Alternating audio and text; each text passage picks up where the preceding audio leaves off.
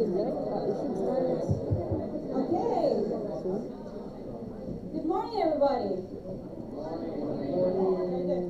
So, very excited to have you on board this year for SGC 2022. We're just going to kick off our Congress with a couple of words from Anthony, our chair. So please give him a warm welcome on the stage. Thank you,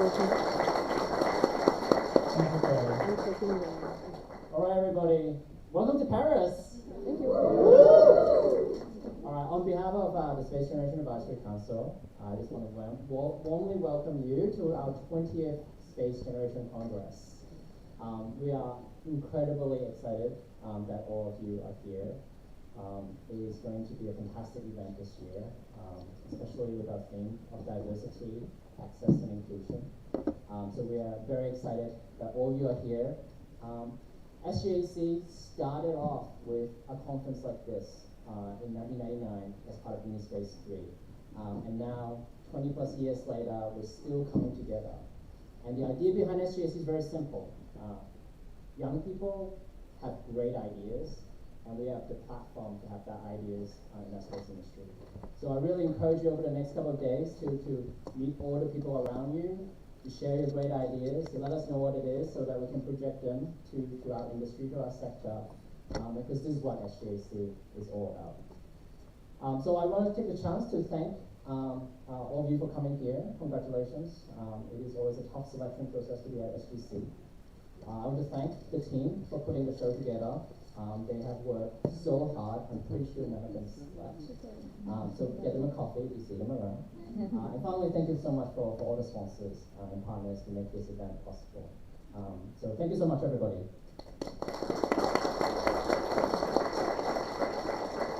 I'm going to pass it over to David Petro, our Executive Director. He's going to give you a bit of heads up about SGC. Thank you, Anthony. Thank you so much. Good morning, everyone. And it's so nice to see so many people here. And this is obviously the first question that I always ask when I start the presentation talking about SGC. So, for how many of you this is your first SGC event? Look at that. That's really nice. Really. Big applause to all of you. So, that's really important then for you all to know what SGC is, who we are, what are we doing, because yeah, there is the Space Generation Congress, but we also do many other things together with SGC. And so with this, let's start from the regions. So what is SGC, who we are? With the next slide, please. Thank you. So who we are, what are we doing? So SGC, as Anthony said, we born in 1999 at Unispace Plus 3 in Vienna. But SGC is a non-governmental, non-profit organization, and the main requirement in order to be part of SGC is to be between 18 and 35 years old, and is the organization at the moment that represents students, university students, young professionals globally from all over the world. And this is something that we're going to talk about later as well in terms of our network. But what's the main purpose of SGC? So the main purpose of SGC is to create a community, a space family, and this is something that we're going to talk about it as well later. It's a really big community, and it's a community, if you can come back, thank you. Again, thank you. It's a community, volunteering community, and it's a really great community of university students and young professionals from all over the world. And today I'm going to do the presentation differently because we have lots of members from SGC, from the leadership, and it's important for you to know who they are and what they do within SGC. And because of that, then I really encourage you all to go to them and ask them what they are doing for SGC. But on top of that, we also want to make sure that we connect the whole community. So we connect you all with our sponsors and partners, as well as making sure that thanks to SGC, you can build your future career and then become the next leaders in the space sector. So that's something that for us is really important, and we really want to make sure that we give you the opportunity to become, again, the next leaders, and we give you the voice of the topics that we discuss in space, like we are doing this year at SGC. We will discuss different topics and topics that will be touched and then provided with the United Nations.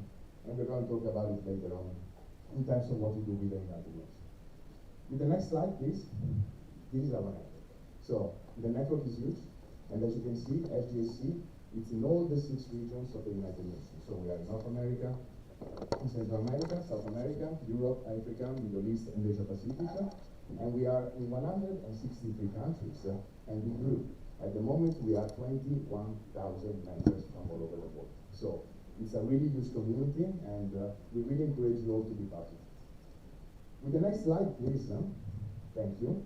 This is the so-called 5 pillars of SGC, because SGC do not only do events, we also do other type of activities. And so these activities that we do in SGC, that I'm going to show you a bit later now in details, are the so-called 5 pillars of SGC. So SGC do events, but we also have project groups, we also have professional development opportunities, we provide scholarships, and then all the activities related to the United Nations. And with that, we're going to talk now in details about each pillar, starting from our events. So with the next slide, please. Our events are classified between international events, regional events, local events, and thematic events. So we will start with the international events. SGC has 3 global events that we run every year. And the first one, with the next slide, please, is of course the Space Generation Congress, in which we are all here. So I don't have to say a lot about the Space Generation Congress, but the Space Generation Congress, it's always in conjunction with the IEC. So this year it's in Paris, next year it's going to be in Baku, in 2024 it's going to be in Milano. So every year the Space Generation Congress follows the IEC. This is the biggest event that we do every year. We always have 150 delegates coming from more than 50 countries. We have the working groups that you know all. We're going to work on the working groups during these 3 days. And usually here, half of the scholarships, half of the delegates are scholarships. And so I know that you, most of you, are coming here thanks to a scholarship, and this is also one of the most important pillars of SGC. With the next slide, please, we're going to go to the other global event, that is also another important event for us, that is the Space Generation Fusion Forum. So the Space Generation Fusion Forum, it's always in conjunction with the Space Symposium. So the Space Symposium, it's another big event that happens in Colorado Springs every year, around March, April. And this year we had a selected group of more than 75 delegates coming from more than 15 different countries. This Congress, it's really nice, as you can see, because it's really like a networking style event. As you can see here, they are eating marshmallows in the United States. It's really nice, you know, enjoying their time together. As you can see here, the location is wonderful. But on the other hand, they also, of course, do lots of different discussion on key space and career topics, and as well as here there are high-level international speakers coming from all over the world. With the next one slide, please, we also have the SGX. So I don't know if Ashley is here. Is there Ashley? I don't see Ashley. Okay, great. So it's fine. SGX, it's our third global event. This is always in conjunction with the Satellite Show in Washington, D.C. So this is a wonderful event because it's more like TEDx style talks. So we have inspirational speakers coming and provide inspirational speeches to our delegates. This year we had more than 300 delegates coming at this event. So I also encourage you all to take a look at this event. It always happens in March 2022, of course next year 2023. And you can register, you can take a look, and of course if you have any questions you can ask. On the next slide, so as I said, we have global events, but we also have regional events. So I showed you before the different regions in which we are. And so every year we do one regional event in each region of, let me say, in which we are categorized. So we do regional event in North America, regional event in South America. For example, I see Juliana. Juliana, can you raise your hand? She's going to be the manager for next year, the European workshop that is going to happen in Italy. Or for example, where is Matthias? Matthias was the manager for the South American workshop this year that happened in Ecuador, in Quito. So go to them and also ask them what they are doing, you know, within the regional events, because it's same style as the Space Generation Congress, but regional focus. So they talk about the main issues that are happening in the region. And we also do local events. So with local events, it means that you can also organize your event. Local events means that you do events like SG Italy, SG Germany, SG India. We do all different events in our countries. If you can come back to the other slide, thank you. And most important thing, if you go to this link, you can also organize your event. So if you want to organize your event, you just go to this link, you share your proposal, and then you can also organize your event here. Any question, we are here to answer. Next slide, please. We also do partner events, so we collaborate also with other partners to make sure that we can organize events together, for example, the Movies Night, or for example, other webinars that we do together with other partners. So we do different events also together with other partners and sponsors. Next slide, please. So I spoke about events, but another important pillar are also the project groups. So with the next slide, please.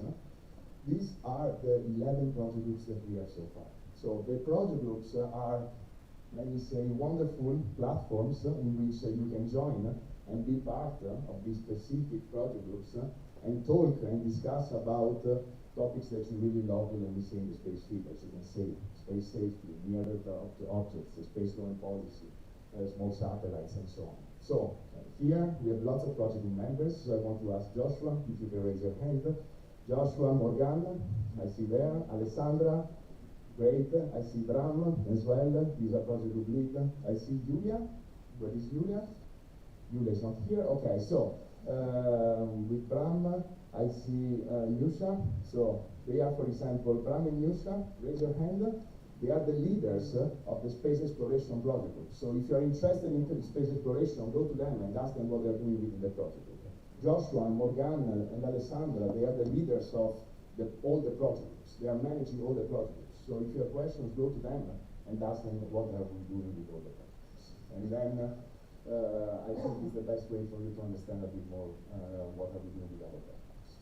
Next slide, please. Scholarships. So as I told you, we do lots of different scholarships every year. We provide usually, next slide, more than 150 scholarships every year. So as you all know, here we have more or less 75 scholarships, but we also give more for other events. So for every question you have related to our scholarship, I see Valentina. Valentina is not here, perfect. If you have a question, come to me, or Valentina, or Amanda. We are all here to ask you, to answer any question, but check out on our website, because we provide every year lots of scholarships to attend our events from all over the world. SGC, SGFF, SGX, all our events, the regional events, and so on and so forth. So, any question about the scholarship, of course, come to us. Next slide, please. And this is something that for you is really important to understand. So, what does it mean being part of SGC? It means like enjoying, it means like doing all these events, create your network, create your, building your skills, but it's also professional development opportunities, because I guess that the question that you have in your mind is like, okay, how can I be part of SGC? And so with the next slide, you can see every month we publish lots of vacancies. So if you take a look at our website, on our vacancies, we publish really lots of different websites, vacancies. There are events, finances, legal activities, sponsorship. You can join the project groups. There are really lots of different things in which you can be part of. So take a look at the vacancies, because really this is one of the ways in which you can get involved with us. But on top of that, we also do other professional development opportunities, like the mentoring program. So with the next slide, please. We have a mentoring program. I'm going to ask you again this question. Faith, I don't know if she's here. Here, there she is. Raise your hand. So she's the leader of the mentoring program. So she's the one leading this program. It's a wonderful activity. And we match mentor and mentees in order to make sure that you can build your career in the future. So if you have any question regarding the mentoring program, go to Faith, and she can really give you all the answers related to the mentoring program. Next slide, please. Jobs board. We have also a jobs board online, so we publish different jobs that our sponsors are giving us, from around the world. So, of course, if you're looking for a job, this is the right way. But of course, you can also take a look on the website. And last but not the least, with the next slide, we're going to talk about the UN activities, because SGC, as I said, is a network, of citizen and professional. We do lots of different events, but on the other hand, our office is in Vienna, in Austria. And the reason why we are there is that because we have a permanent observer status at the United Nations, at COPUS specifically, and there we go 3 times per year to deliver our statement on what's the view of the students and professional on specific topics. And so with that, with the next slide, please, you can see, so here she is Lama. I know that she's there. Here she is, ciao Lama. So Lama is here, so she was at COPUS together with us, delivering the statement at the United Nations. So every year we have our seat, we go there, we deliver our statement, talking about what we're doing and the different activities that are happening within SGC. And we present the outcomes at these 3 activities, so the different COPUS at the United Nations. If you want to know more about what we do within COPUS and the United Nations, again, Juliana, so raise your hand. She is also the leader of another platform that works on policing the process in the SGC. So any question related to the United Nations couples, come to me or go to Juliana, we're happy to answer. And we also do another activity with the United Nations. Next slide, that is the Space for Youth competition. Take a look at the website because we will launch the 4th edition this year. And it's going to be a really great opportunity for you to send a paper on a specific topic and then win an opportunity to go to a space camp in Alabama. And it's a really great opportunity that we do every year together with the United Nations. I'm going to close with the next slide.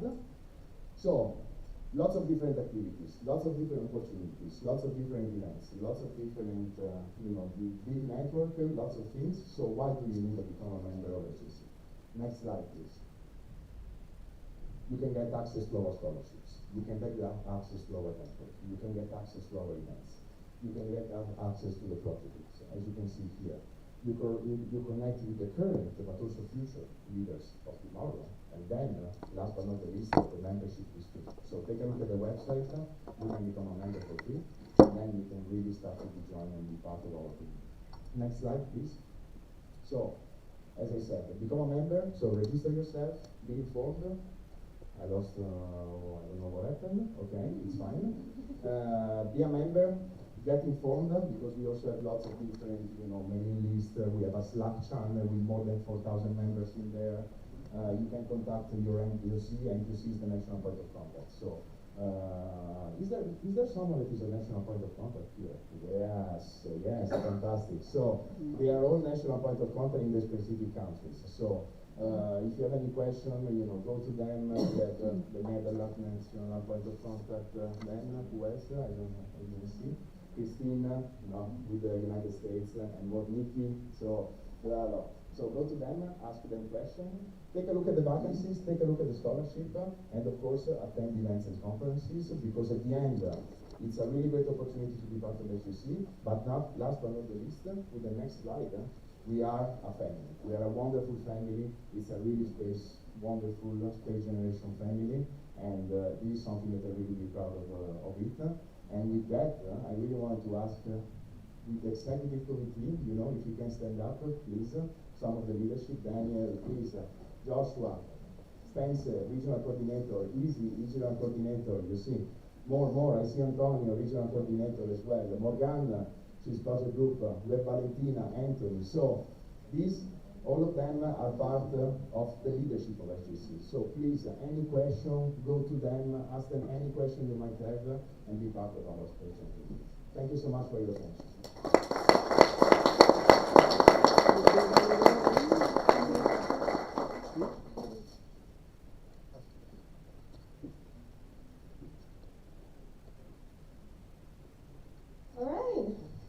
So in French we would say c'est parti, which means it's kicking off, it's starting, okay? So bonjour tout le monde.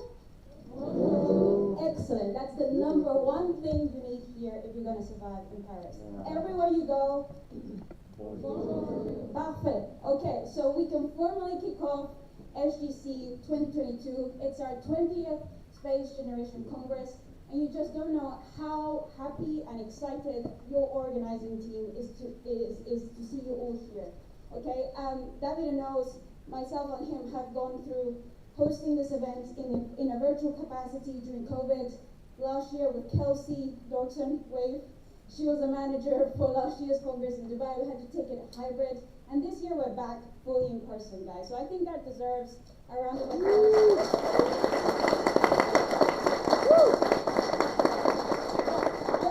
To celebrate with us that we're kind of almost back to business as usual.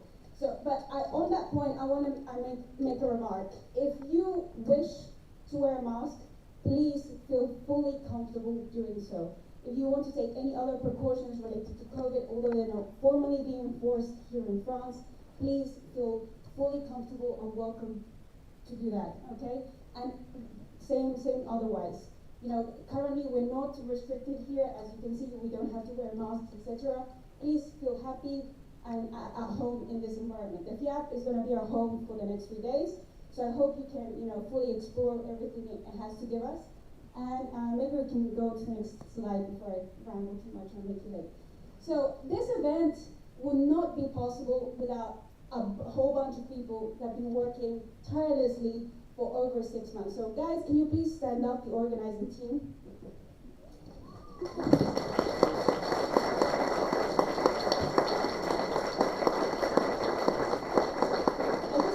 Say a big thank you to all of them. They're projected here. A special thank you to Shayna, who's the deputy manager for this event.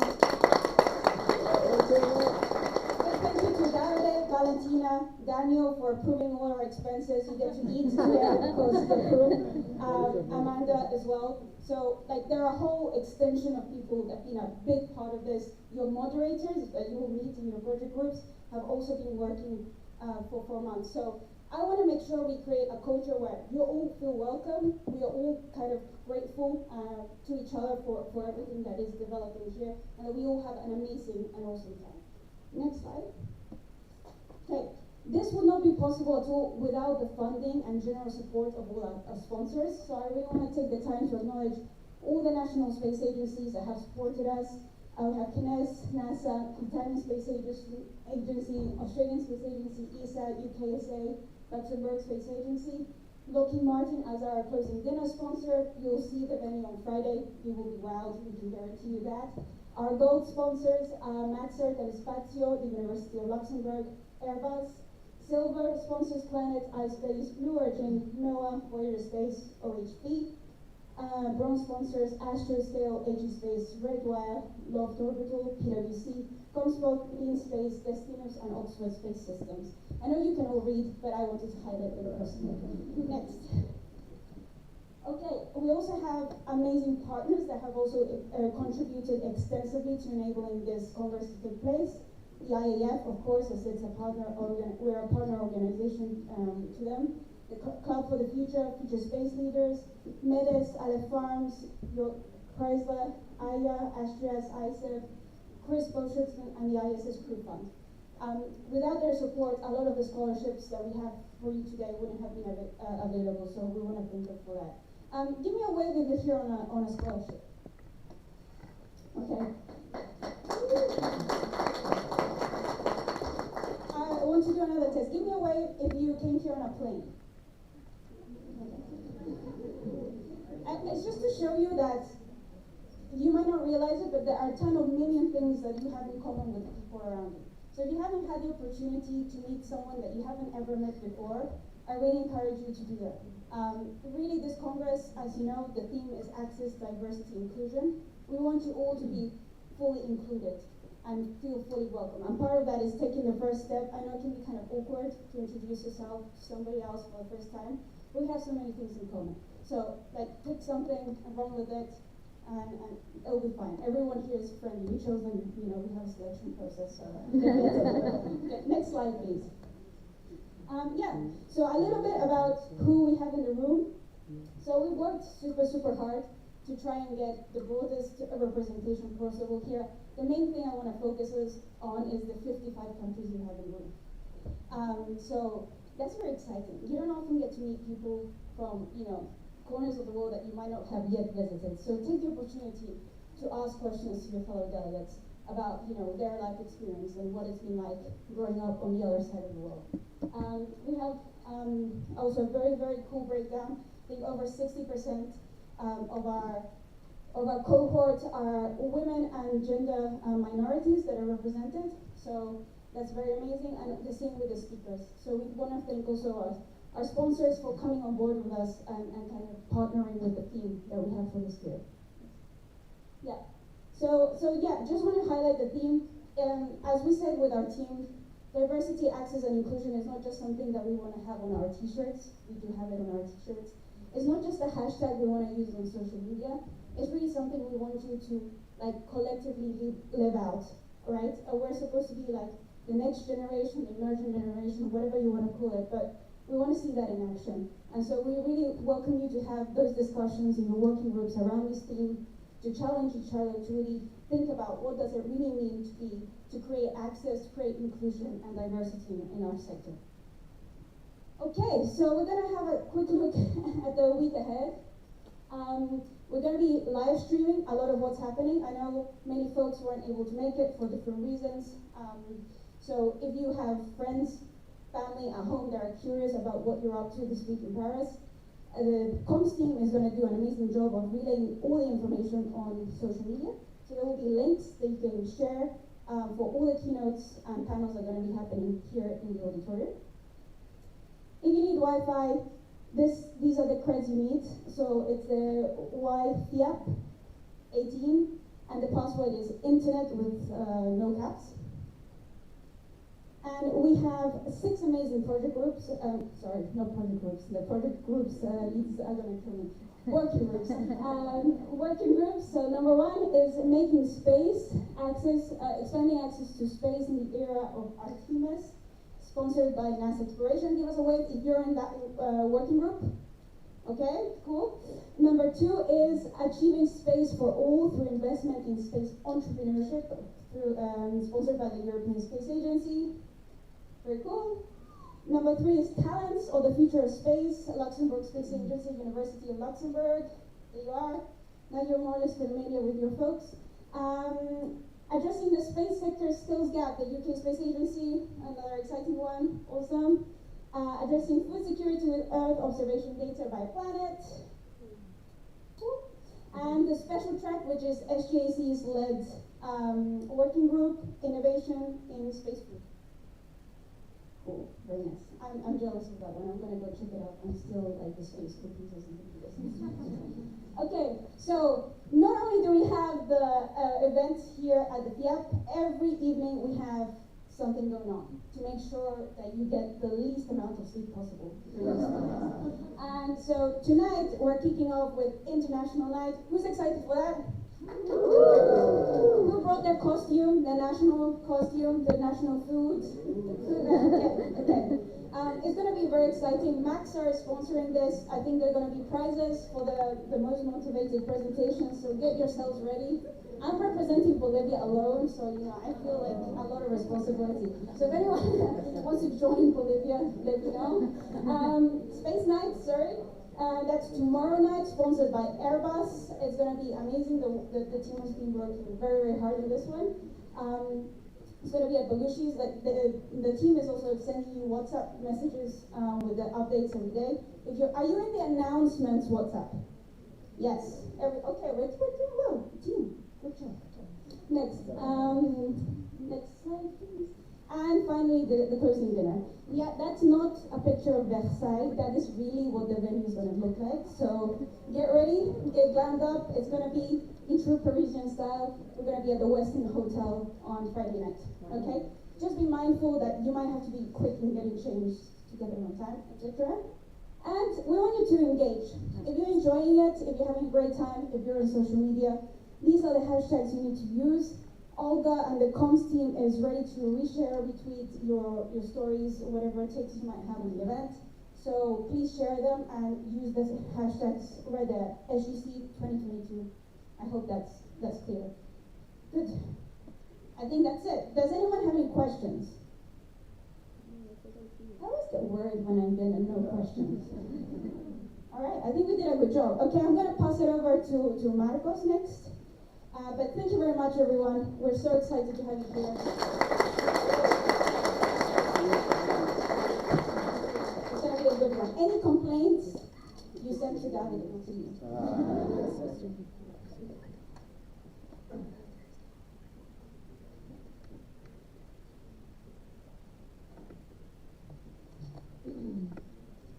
Can you hear me? Good morning, everyone. My name is Eduardo Rojas Ramirez. I am part of the organizing team and I work as a programming team lead. So the schedule that you have in the delegate handbook and all the working group subjects and several other things were supported by my work and also the work of my wonderful team. So shout out to Sejal, Sabna, Ekaterina, and Pauline who did an amazing job for me. This morning, I have the honor to introduce you to our first keynote speaker of our event. Her name is Irene Benito, and she's a senior manager for European Affairs at Planet. Prior to joining Planet, Irene managed the Copernicus program at EIT Raw Materials, and also worked as policy analyst at the European Commission's Joint Research Center. Irene has been appointed as an Earth Observation Evangelist at the European Forum for Earth Observation, acting as a spokesperson for the Earth Observation sector. She holds a master's degree in economics for the London School of Economics in the UK. So, please give a round of applause to our keynote speaker.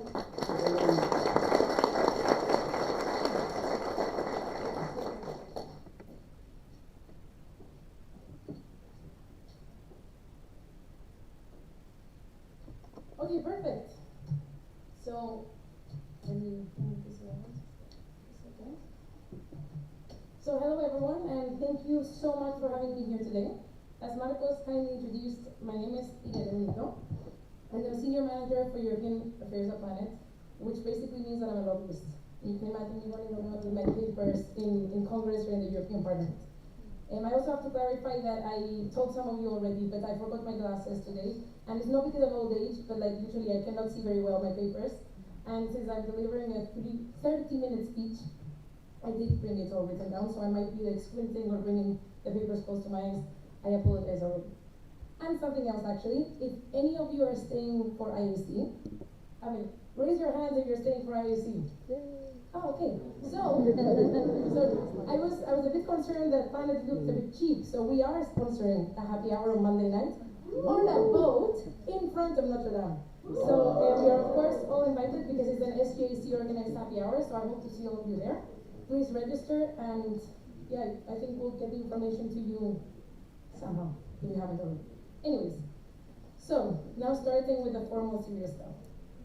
So I've been given this opportunity to provide this keynote today on diversity, access and inclusion, and I have to admit that I was a bit baffled at the beginning because I'm not really sure if I'm the right person to deliver a speech on diversity.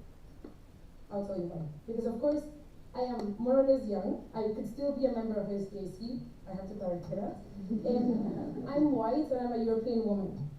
I've enjoyed enormous privileges throughout my life.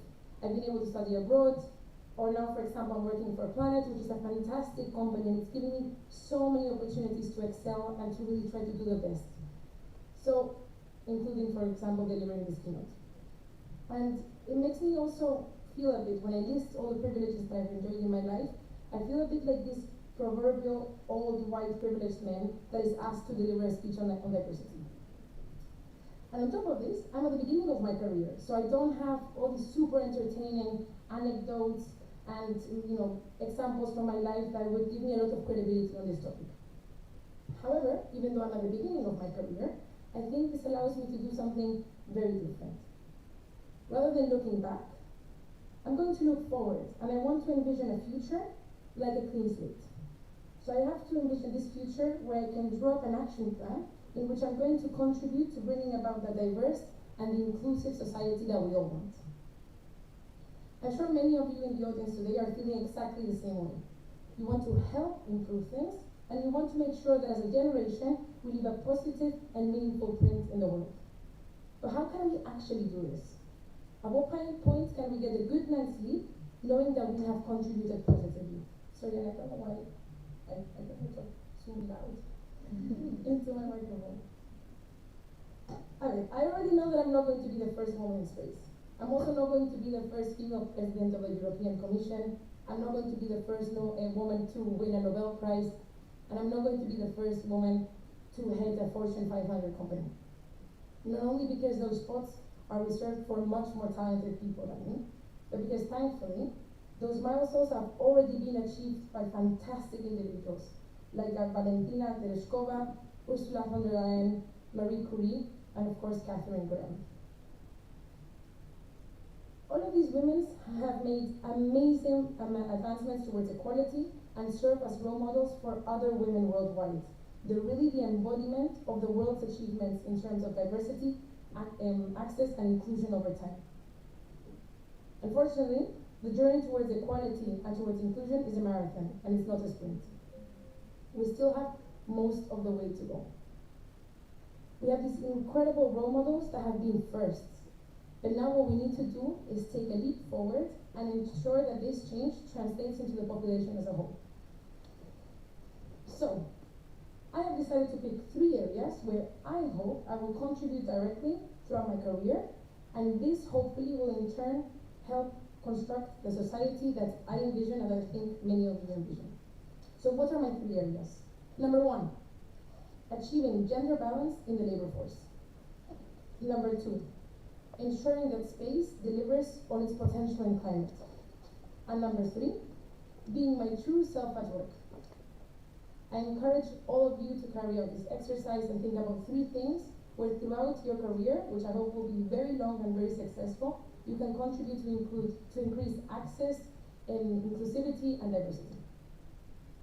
And I know that this conference is recorded, I just found out, so I can count on my speech being in the internet eternally, so I can look back at some point and really hold myself accountable in the future to see if I actually delivered on the pledges that I'm making here today. Perfect. So let's start from the first. So I know that the evils of gender discrimination in the workplace are given a lot of attention, and huge efforts are being invested into reversing the situation. But since I am a woman, and since we represent roughly 50% of the global population, I think it's a topic that really deserves my attention today, and definitely it needs to be included in my top 3 priorities in my career to achieve diversity and inclusion. Let's start from the basics. It's clear that we need more women in the labor force. We need more women in space, we need more women in leadership, and we just need more women overall everywhere. Why? Well, firstly, because this will add to diversity. And contributing to diversity is in itself a very important aim. As an economist, I can't help but highlight that diversity in the workplace is a major driver for productivity. This is shown in the academic literature. The wider the diversity of backgrounds, of skills, and of abilities, the more productive an organization is. We have evidence that diversity leads to increased creativity, higher innovation, better decision-making, higher employee engagement, and reduced turnover. All of these together result in higher profits for companies, but also broadly better performance for organizations. But achieving diversity is not the whole reason why we need more women. I think an even more important reason is that we need to overturn the status quo. The underrepresentation of women in the workplace and in leadership is simply wrong. There's nothing inherent to women which makes us worse performers, worse suited for specific jobs, and definitely there is no evidence that shows that we are worse leaders. Our underrepresentation is hence fully unjustified. The reason behind this is simply that there is a hidden discrimination in society, particularly in the case of gender, that considers women as inferior. And this is terrible.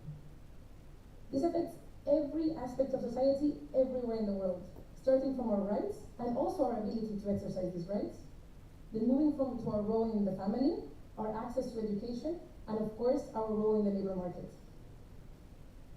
I'm therefore determined to dedicate my first goal to contribute, even if it's only a small step, to push for leveling the playing field for women.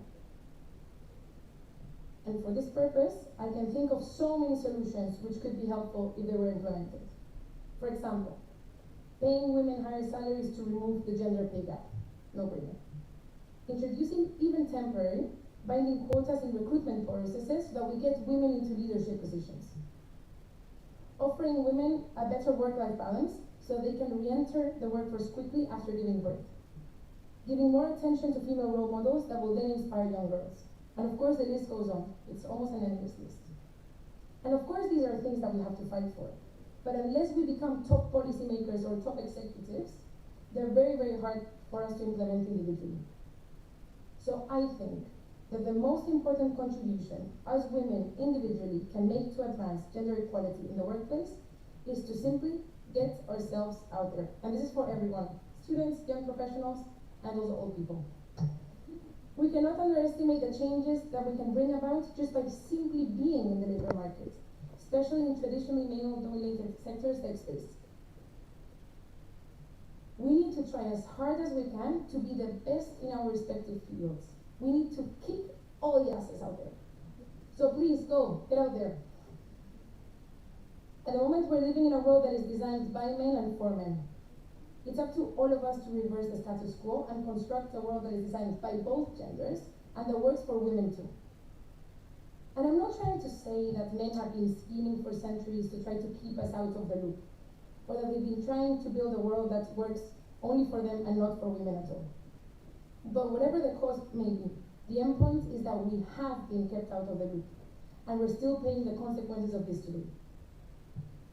It is especially important for us to be represented in sectors that are male-dominated. It is actually one of the reasons why I started working in the space sector, because did you know that here, only one in 5 employees is female? An example that I always use to illustrate this point is the automotive industry, and actually it's the classic passenger seatbelt dilemma. Studies show that a female driver or a front passenger who is wearing a seatbelt is 17% more likely than a male one to be killed when a crash takes place. What's more, the odds for a female passenger being severely injured in a crash are 70% greater than the odds for a male passenger. Was it because one day the automotive industry woke up and said, we must make seatbelts, but let's make them so they only work for men? No, of course it wasn't like that. It's because women were either severely underrepresented or absent altogether in all stages of the development of these safety belts. There were no female engineers involved in the design, the manufacturing, or the testing of the product. Terrible.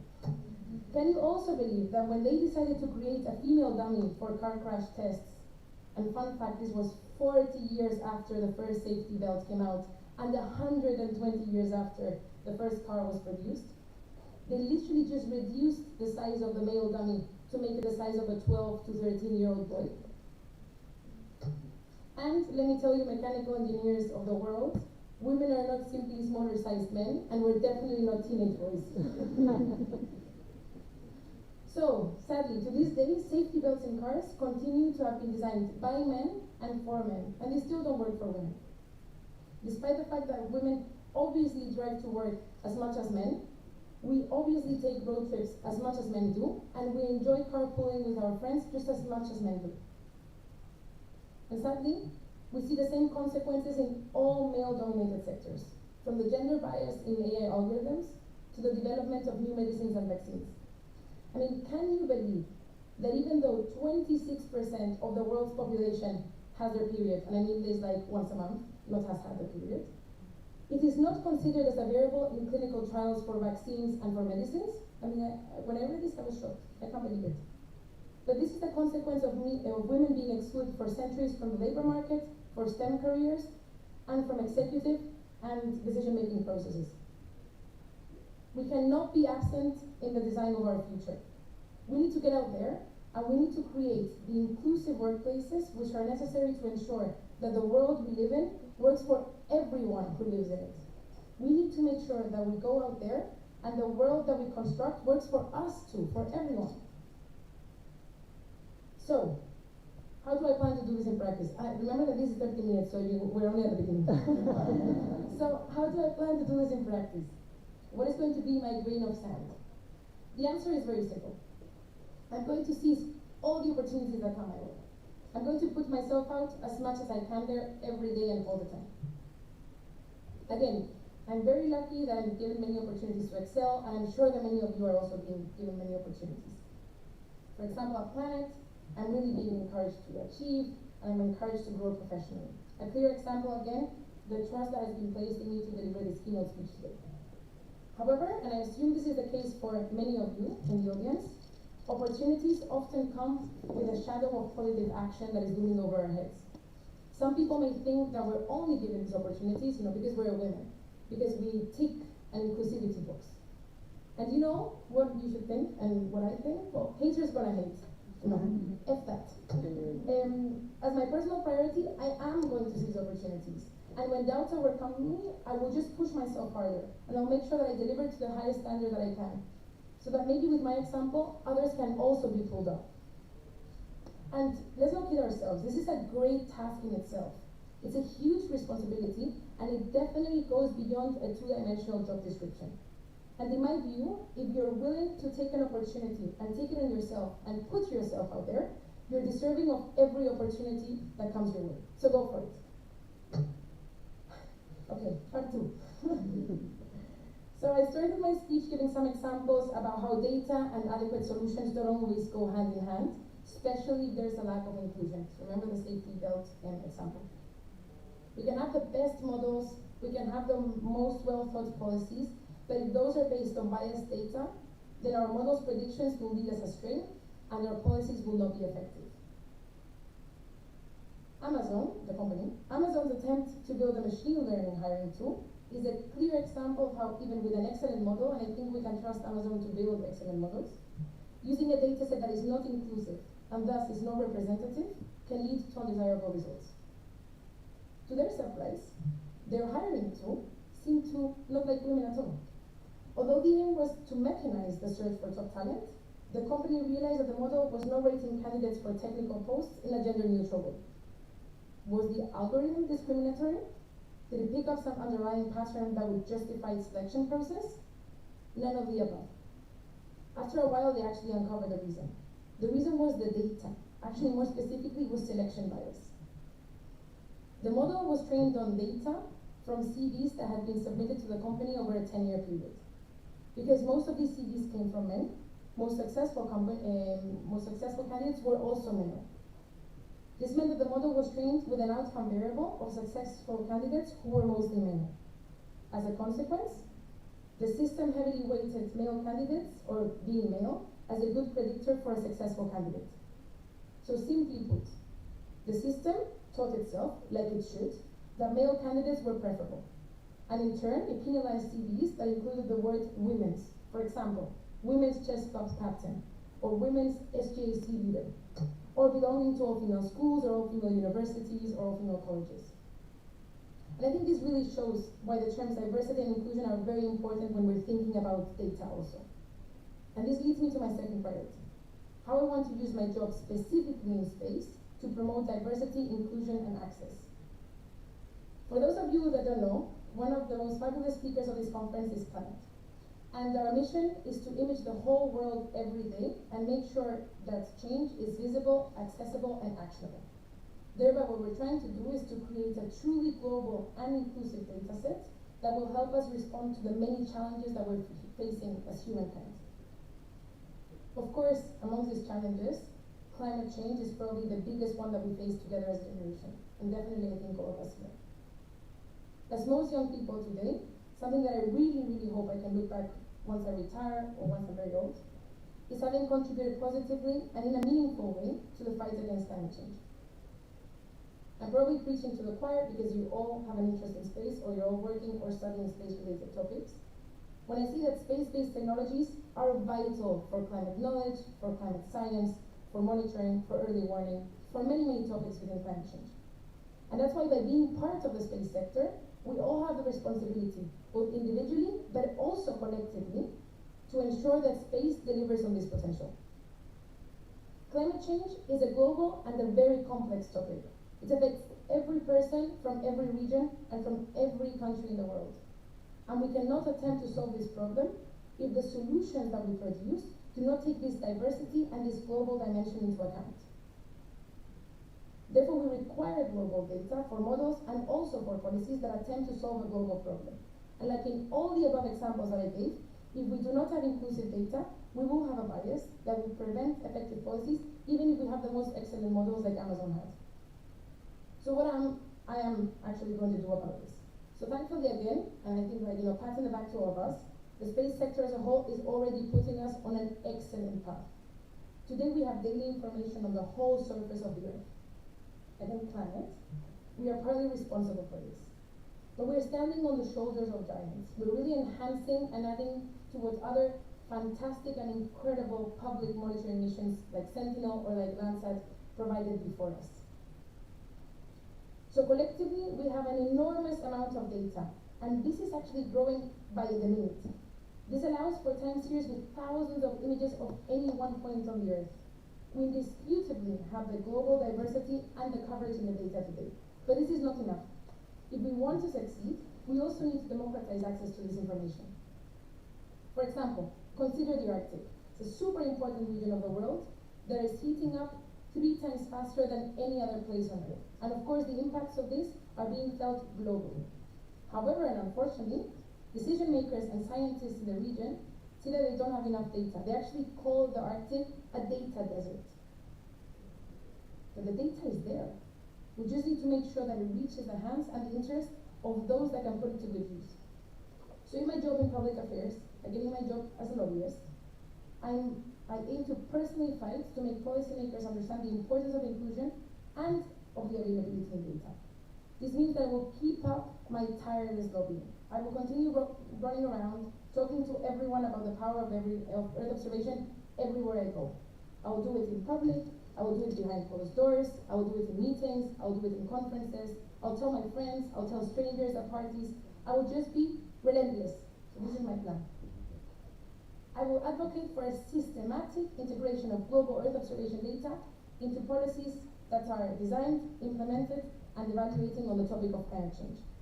And I will also work to shape budgets. And this is super important, and I don't know if anyone here works for the public sector, but I am out for you, because I will be relentless in my shaping of budgets to ensure that the funds and the resources are invested so that access to the data is guaranteed for those that can harness it. And to finish my speech, the moment is come. I want to present my third goal. And this is that I want to be able to look back at a career in which I have been myself.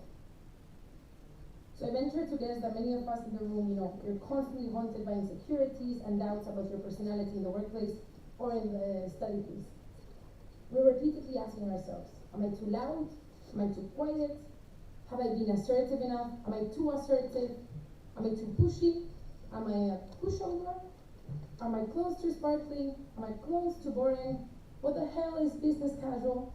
These are questions that clearly haunt all of us every day. And in all honesty, this is simply exhausting. Trying to impress everyone, trying to be someone else, someone that does not come naturally to you, is draining, both personally, mentally, and emotionally, and also physically. Research has actually shown that if you feel like you're not good enough, and like you're constantly playing a role when you enter the office or when you enter the classroom, you're really only stifling your productivity and increasing your stress. And it's called the imposter syndrome, and I'm guessing many of you know about this. But most of us have it all the time, and it's truly crap. It's horrible. And it's not only exhausting, but in the long run, it could actually contribute to burnout and to hinder your job performance or your study capacity. So what I'm going to say now, this is really my personal view, but I think that we need to give ourselves a break. And I think we need to embrace ourselves as we are, and we need to embrace others as they are. Why? Well, first, because life is too short, and working days are too long, or study days are too long, to pretend to be that you're someone else in the office or in the classroom. The average person will spend 90,000 hours at work over a lifetime. Do you really want to fake it for that long? Especially when being yourself feels so amazing and so much fun. You know, the investment that we're making in our careers is humongous. We're spending so many hours, we're putting so many hopes, we're making so many sacrifices. We're even willing to relocate to the other side of the world, leaving behind our friends, leaving behind our families, just for a job. We accommodate so much for our work that we are crazy to try to accommodate for our personalities. Secondly, and this is also very, very important for me personally, and I think again for many of you here, I am very passionate about what I do in my work. And I simply don't want to leave my true self out of it. My personality contributes to the work that I produce in the same way that my work actually shapes my personality. It impacts my mood, it impacts my interests, it impacts the conversations I have. My friends keep telling me to stop talking about space. And it has an enormous impact on the news that I read. I mean, it's really everywhere in my life. In this way, for me, working in the space sector, first for Copernicus, now for Planet, has completely changed my professional, but also my personal life. It's more than a job. My role at Planet is not a paycheck. I firmly believe in the mission of the company and in what we're trying to do. And it's, for me, an enormous source of motivation to wake up in the morning, both professionally and personally, and contribute to the success of the company or Planet. Work is part of who I am. It's an enormous part of my life, and therefore, I can't, and I actually don't want to leave myself out of it.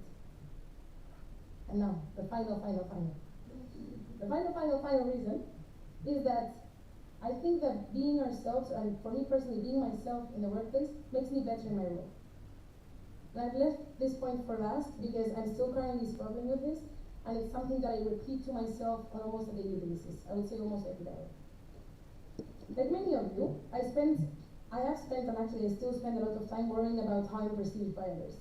And this includes, of course, my colleagues. And some of my colleagues are here in the room. I hope or maybe not judging me at this moment. There they are. Hola, chicas. So I think about my career, I think about my progression, about how I'm going to become director, how I'm going to become senior director, how hopefully I will even become a VP at some point, and following Agnieszka's fantastic steps. And I keep telling myself, Irene, it's time to get a grip and be serious. I know today I sound very serious, but I'm really not that serious. So Irene, get a grip, get serious. You can't be so loud. You have to talk less. You can't be so enthusiastic and so over the top all the time.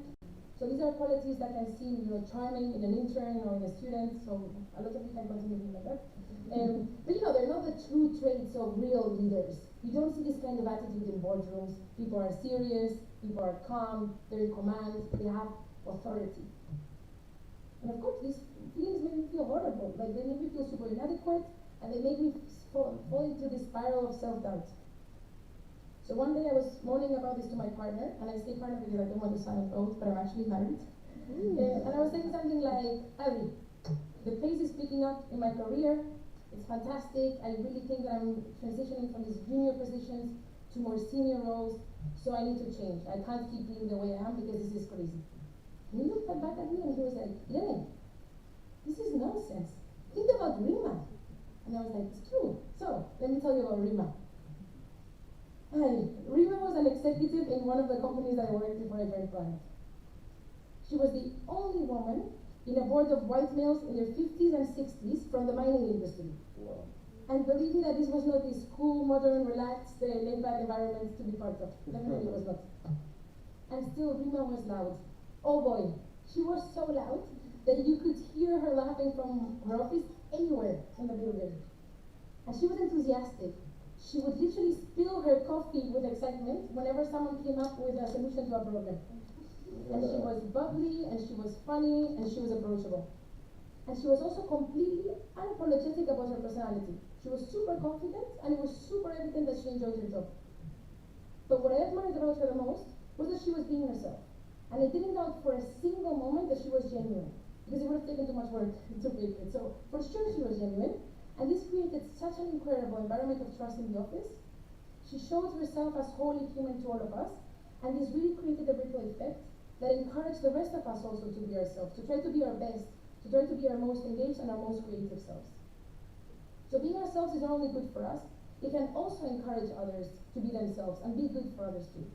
So as a conclusion, I have decided to be authentic, and I've decided to embrace who I am, both inside and outside of the workplace. But of course, and like now let's think about this in moderation, this doesn't give me carte blanche, as the French would say, to act disrespectfully in the name of self-expression. I know that part of my success in the area means that I have to be honest, that I need to be brave, and that I need to be kind to others. I need to treat them to respect so that I allow them to be authentic too. So this is my piece of advice to all of you. If you have an okay personality, stick to it. Really, do so. If you have a horrible personality, then please change it and be true to your new and improved self. But be true to this new person. And for me, this is being enthusiastic, being loud, talking a lot, talking very fast. And these are qualities that I think you all love already and cherish. But my friends, my family, my colleagues, my company value in me. So I'm not going to give them up. Yeah. Yay for me. And also, and this is like kind of on the side, but I also love fashion and I love being bold. And this means that today I wore this like rainbow colored skirt with heart-shaped earrings to speak to you and to deliver a keynote. And after this, I'm going to go to World Satellite Business Week. I don't know if you've heard about this, but everyone wears a suit and everyone is 60 years old. And I won't be standing out, but I don't care because it's who I am and it makes me feel more confident. So I encourage you, all of you, to do that. And now,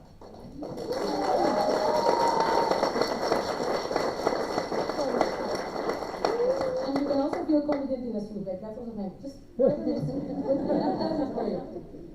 And before I leave, I want to share with you some wisdom from the renowned lawyer, Elle Woods, from my all-time favorite movie, Legally Blonde.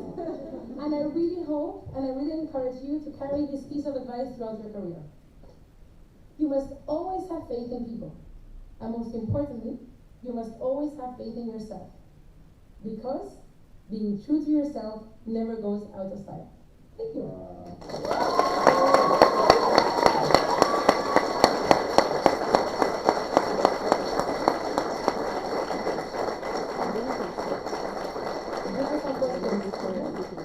Yeah, so thank you very much, Irene. That was a fantastic keynote to kick us off on the theme for this Congress. We're open to questions. I'm sure you have many. So if you give us a wave, some of the team will come around and hand you the mic. Questions, Irene? It's also okay to not have questions.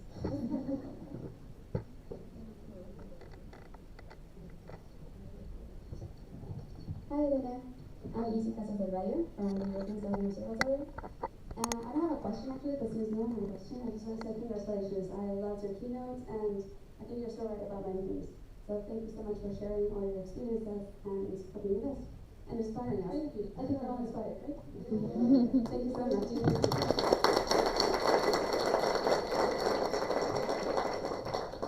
Any one question?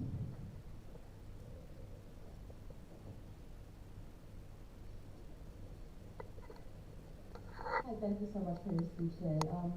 So you were talking a lot, now currently you're in a more senior position, so I think that when you're in that place, it's just maybe a bit easier to feel more confident and feel like you can express yourself more.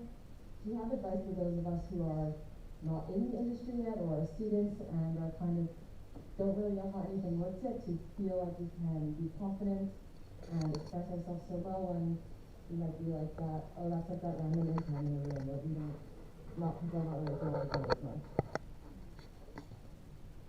So, I mean, and I completely understand this because even though my job has senior in the title, I'm pretty senior. So, and I'm still haunted by the intern kind of like feeling persona. So I struggle with this every day, and that's what I was trying to say in my speech. I think, well, firstly, it's super normal to always feel out of place. Like, and this is what I was trying to say on the part of the gender equality.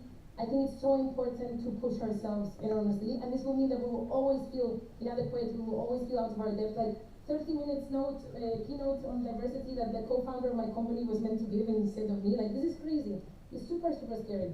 So my piece of advice is just to keep telling to yourself every day, like, I'm not going to fake it, because again, life is too long, life is too short, it's too hard in general, so I'm going to be myself. And I'm going to push myself to be more there. I'm going to sit, like you're an intern. Don't sit on the side. This is the classic, no? Like, don't take the seat on the side of the table, especially if you're a woman. Like, don't sit next to the coffee. Like, just sit in the center.